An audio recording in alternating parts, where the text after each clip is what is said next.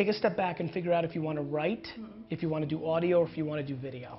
It starts there, because if you're trying to build a personal brand, a reputation, a media property, a publication, a content hub, you need to communicate. And everybody communicates differently. I have a gift with words, and I'm not scared of the camera, so I can do a lot of things. But I'm not a good writer, even though I've written 5 New York Times best-selling books. I need Stephanie Land, my ghostwriter, to take my audio and structure it, because I'm not a good writer. So if the world was only social media where you had to write paragraphs, I'd become a better writer out of practice, but it's not something that comes natural to me. So for anybody who's reading this or listening or however you're doing this, you have to ask yourself how you communicate first. After you figure that out, then you pick your medium. So if you're a great writer, it could be a blog, it could be LinkedIn, it could be long form written on Instagram, Facebook.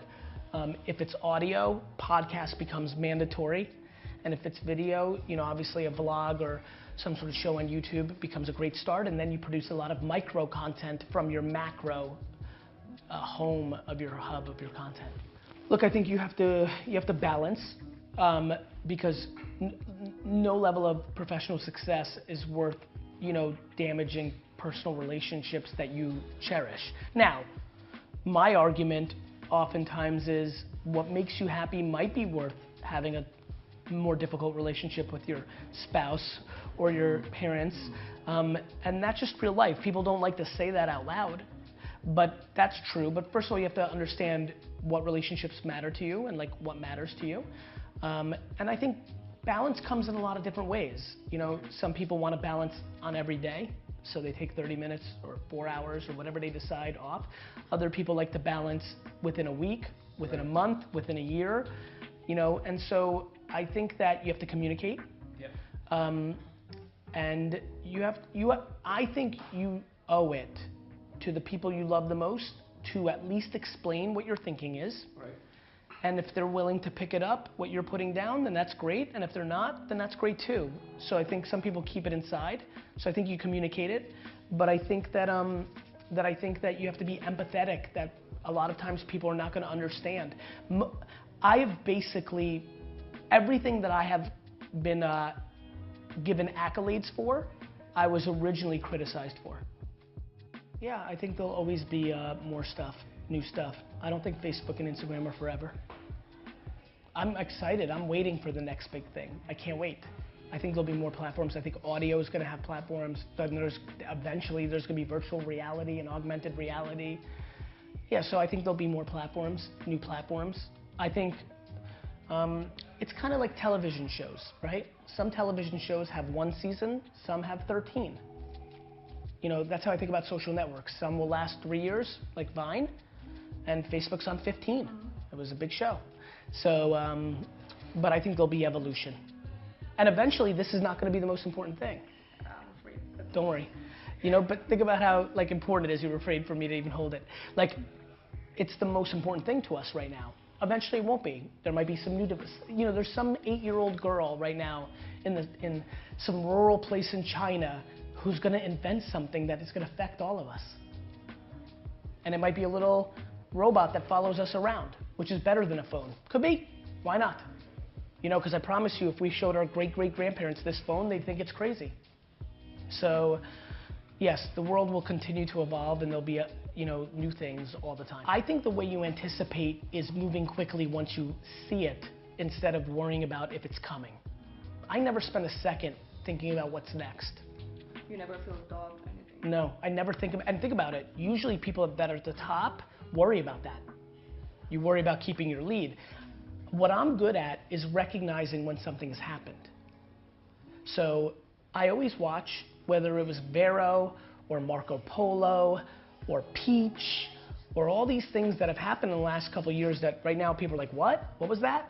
They had a minute, a day, a week, a month. I watched, but I'm putting out content on TikTok right now. I'm watching, but I'm not crippled. I wait. More importantly, everybody's worried about what's next. I'm worried about what's most effective. Right now, I'm focused so much on LinkedIn. LinkedIn's been around for 20 years or 15 years. So things get hot sometimes out of nowhere that have been around. worrying about what's next usually comes at the expense of taking advantage of what's current. For me personally, I've never pandered to what works. I'm just not interested in the followers. Right, okay. The line is very simple.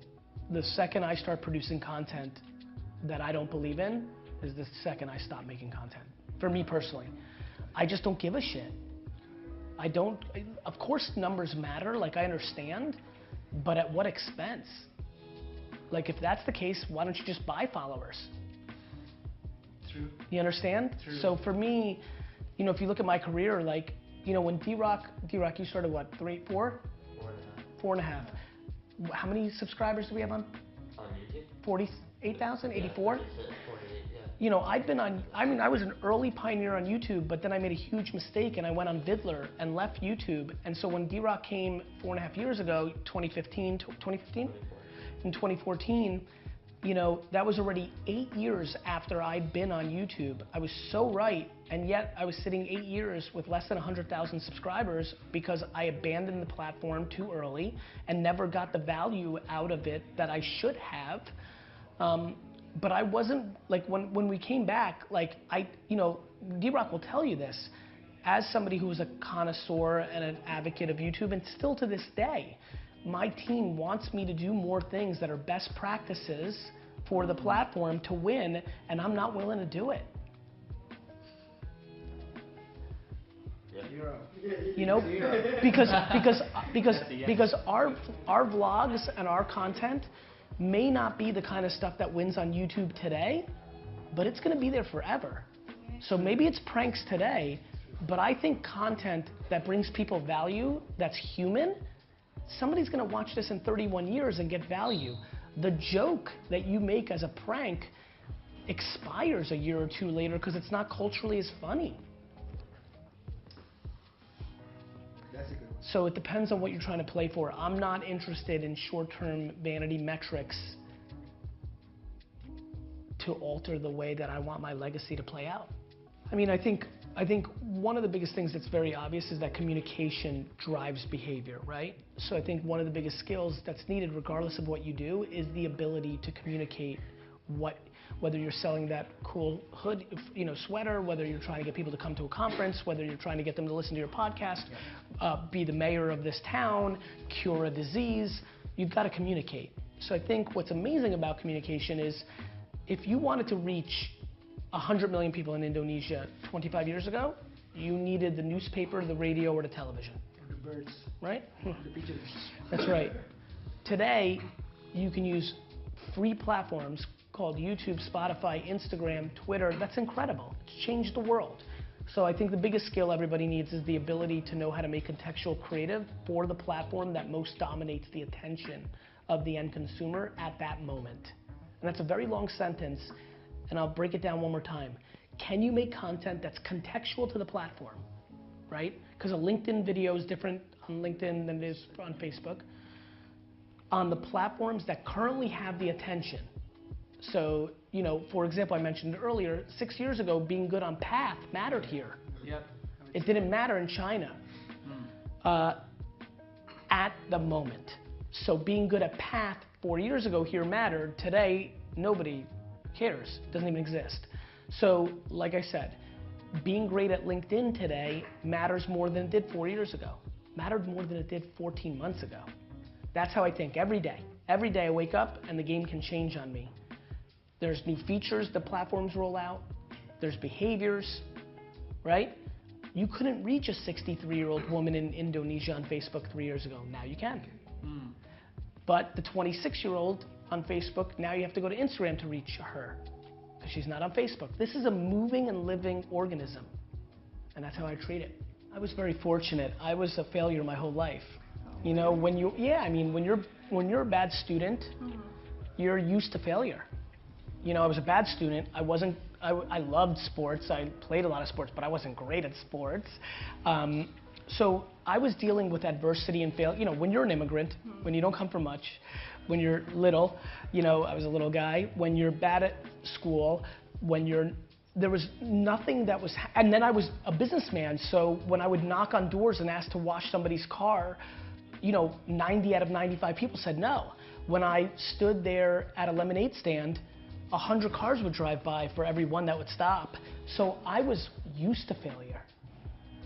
Failure was my foundation, which is why I succeeded. Which is why you were not afraid to, go zero. Most people are, follow rules, go to school, do the right thing, and create a scenario where failure is scary.